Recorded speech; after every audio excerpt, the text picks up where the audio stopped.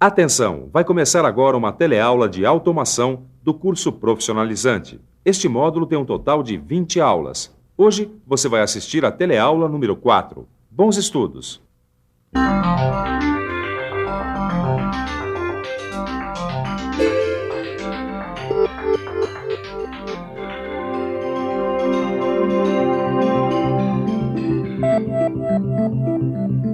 Você saberia dizer o que um simples liquidificador tem a ver com um robô? Bom, a resposta está aqui, nesse motor elétrico. É que tanto o liquidificador quanto o robô dependem do motor elétrico para funcionar. Agora você deve estar se perguntando, o que esse motorzinho tem a ver com o motor de um robozão super automatizado? Bom, isso você vai ficar sabendo na teleaula de hoje. Nessa teleaula, você vai ver como os motores elétricos funcionam e vai ver as diferenças e aplicações de alguns tipos de motores elétricos.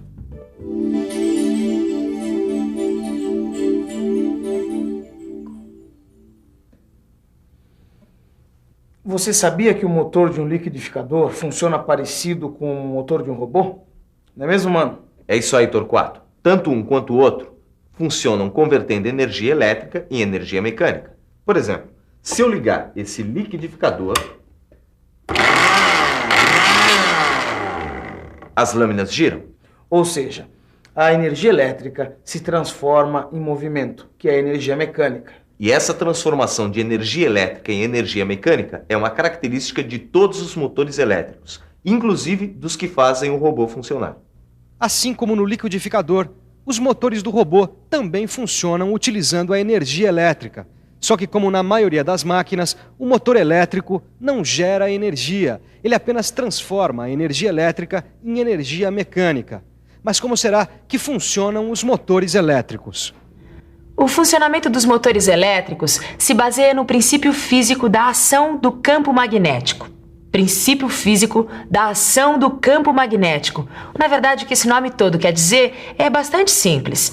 Há muito tempo atrás, alguns cientistas observaram que existem espaços com linhas de força invisíveis e que quando eles aproximavam fios desse campo com linhas de força, os fios passavam a ser percorridos por elétrons. Quer dizer, por causa dessas linhas de força, surgiu uma corrente elétrica nos condutores. Com a corrente elétrica, passa a existir uma força que atua sobre o condutor, fazendo com que ele se afaste da posição original. Olha só, movimentando o eixo. Mas nós vamos ver isso um pouquinho mais de perto.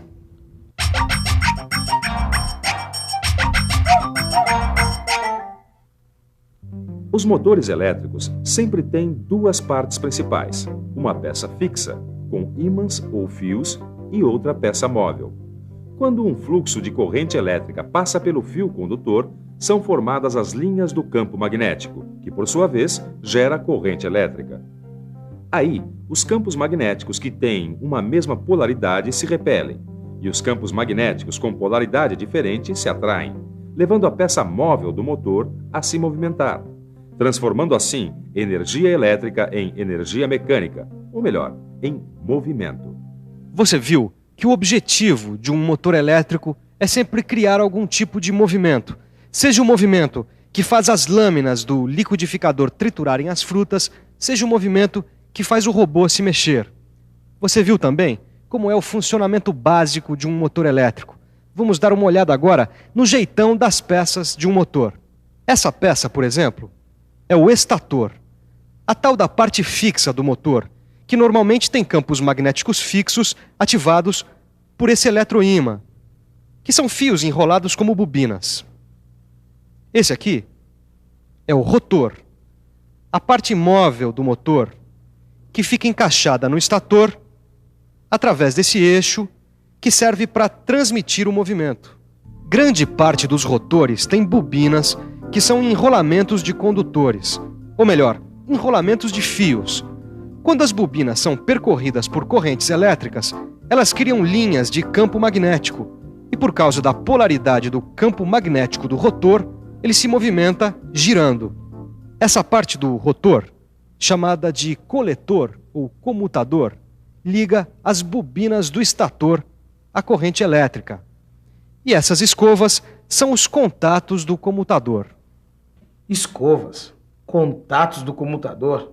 Calma, que você já vai entender tudo isso e muito mais depois que você conhecer alguns modelos de motores elétricos.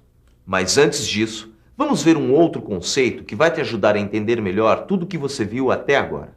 Isso, um conceito de força magnética. A força magnética é uma força que existe dentro do campo magnético. E é essa força que faz com que os condutores se desloquem quando submetidos à ação de um campo magnético. Entendeu? Quando a gente liga um fio na corrente elétrica, o fluxo de elétrons cria um campo magnético. De acordo com a polaridade do campo magnético, há uma força de atração ou de repulsão que movimenta a parte móvel. E nesse caso, a parte móvel é o rotor. Mas antes da gente continuar, tem mais uma coisa importante. A construção de um motor se baseia justamente nos efeitos magnéticos da corrente elétrica. Muito bem, mano. Agora a gente já pode ver os tipos de motores elétricos. Os motores elétricos são usados nos mais diferentes equipamentos, de um liquidificador até um robô. Bom, e é claro que existe uma grande diferença entre esses equipamentos. Por isso existem também vários modelos de motores elétricos.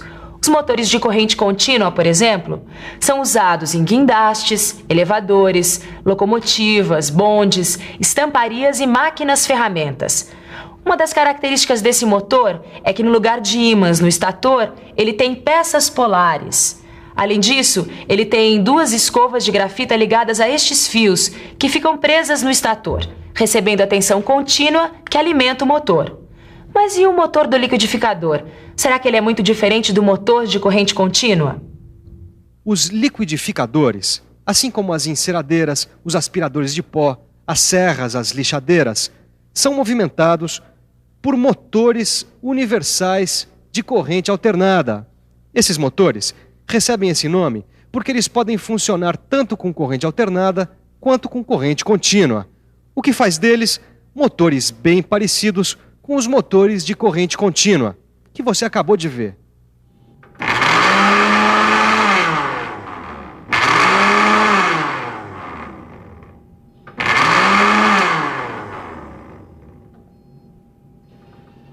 Os motores universais são utilizados no liquidificador, no aspirador de pó, na enceradeira. E os motores de corrente contínua são utilizados para levantar cargas pesadas. Mas e as cargas leves? Como será um motor que move as cargas leves? Hein, mano? São motores de indução de anel. Isso, motores de indução de anel. É um tipo de motor de corrente alternada. Dá uma olhadinha. Nos motores de indução de anel, quando há uma variação na corrente alternada que o atravessa, o campo magnético do estator induz correntes no rotor. Essa corrente induzida no rotor, por sua vez, gera um campo magnético ao seu redor, que se opõe ao campo do estator, o que faz o motor ficar parado. Parado, mano? Como assim? Explica melhor. É que se o rotor estiver em movimento por inércia, ele continua girando, uma vez que os campos se anulam, e aí o resultado das forças é zero. E você deve estar se perguntando, se o motor ficar parado, como é que ele funciona? É que esse tipo de motor, para funcionar, ou seja, para sair da inércia, ele precisa de um empurrãozinho. E quem dá esse empurrãozinho é justamente um outro tipo de motor construído especialmente para dar partida nele, que pode ser esse anel, que ao afetar o campo magnético altera as forças de atração e repulsão. E com isso, o resultado deixa de ser zero e o motor se movimenta. Ou através de uma bobina auxiliar. E aí, é essa bobina que dá o empurrãozinho para ele funcionar. Ah, ele é monofásico. Monofásico. É o que você deve estar se perguntando. Calma aí que você já vai saber o que isso quer dizer. Os motores de corrente alternada, que você viu até agora, são chamados de monofásicos, uma vez que eles funcionam com apenas uma fase da tensão elétrica, 110 volts, 220 volts ou uma outra qualquer. Mas existem também motores de corrente alternada, como os usados nas turbinas das hidrelétricas e nas instalações industriais, que produzem 3 tensões, e por isso eles são chamados de trifásicos. Depois de tudo que você viu sobre os motores elétricos, será que dá para imaginar como são os motores usados nos robôs? Observando um robô, a gente percebe que os movimentos dele precisam de muito controle. Afinal, cada parte do trabalho de um robô tem uma velocidade e um movimento diferentes. Por isso, Os motores elétricos que acionam a movimentação do robô precisam controlar esse posicionamento e essa velocidade, e com muita precisão. Imagine o que aconteceria se um robô se aproximasse de uma peça com uma velocidade maior do que deveria. Mas não são só os robôs que precisam de tanto controle. Muitas máquinas também. Para fresar uma peça em uma máquina CNC, por exemplo, normalmente são usados 3 motores elétricos. 2 para os movimentos da mesa e um terceiro para os movimentos em profundidade. Agora, como esse controle é feito? A primeira pista para a gente entender isso são os ciclos de realimentação. O controle da velocidade e o posicionamento são feitos por ciclos de realimentação. Então, a velocidade e o posicionamento são informações muito importantes para o controle do motor. Normalmente, os motores usados em ciclos de realimentação já vêm com sensoriamento acoplado no eixo para exercer esse tipo de controle. Sensoriamento explica o que são sensores. Sensores são pequenas peças encaixadas nas máquinas. São como os olhos que as controlam. Dá uma olhada. Esse é um sensor que vai informar, por exemplo, que o movimento não pode prosseguir para não danificar a máquina. E parece um olho mesmo. É incrível, né? Mas calma que ainda tem mais. E aí, recebendo os sinais elétricos dos sensores, o módulo de controle pode começar a operar, variando a potência elétrica do motor em função da necessidade da operação da máquina. Nesse caso, mudando a posição da ferramenta que está fazendo o movimento de profundidade.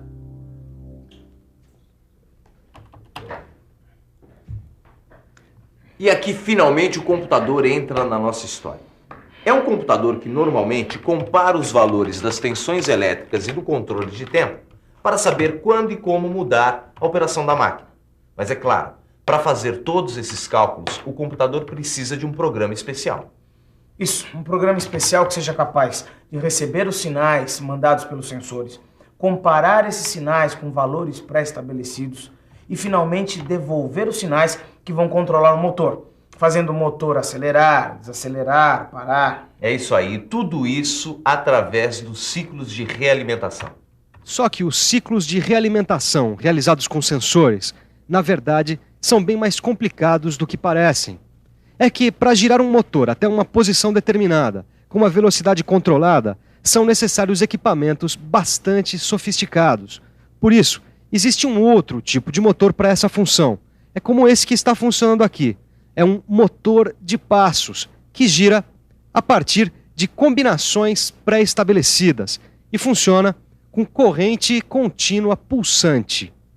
Para que esses motores funcionem, basta informar quantos passos darão para atingir a posição desejada. E a sua velocidade é controlada pela frequência dos sinais que definem os passos.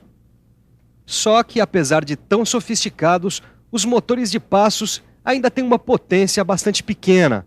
Por isso, eles normalmente são usados em impressoras ou em acionadores de discos de computadores, e também em robôs que transportam cargas leves ou máquinas ferramentas CNC de pequeno porte.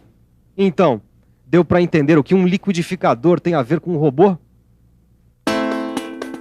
E atenção, se liga aí que é hora da revisão. Na teleaula de hoje, você viu que a base do funcionamento dos motores elétricos são os efeitos magnéticos. Viu que todos os motores elétricos possuem uma peça fixa, que é o estator, e uma peça móvel, que é o rotor. E viu que alguns motores funcionam com corrente alternada e outros com corrente contínua. Bom, o negócio agora é estudar.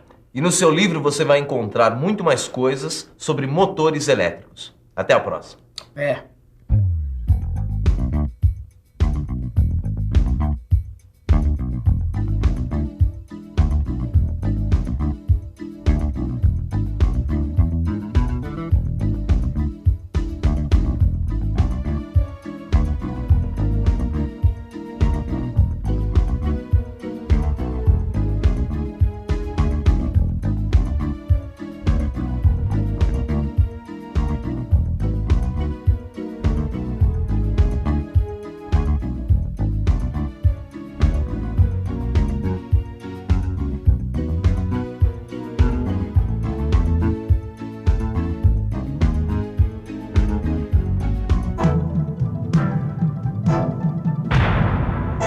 Telecurso 2000, um programa de educação do Sistema Fiesp e da Fundação Roberto Marinho.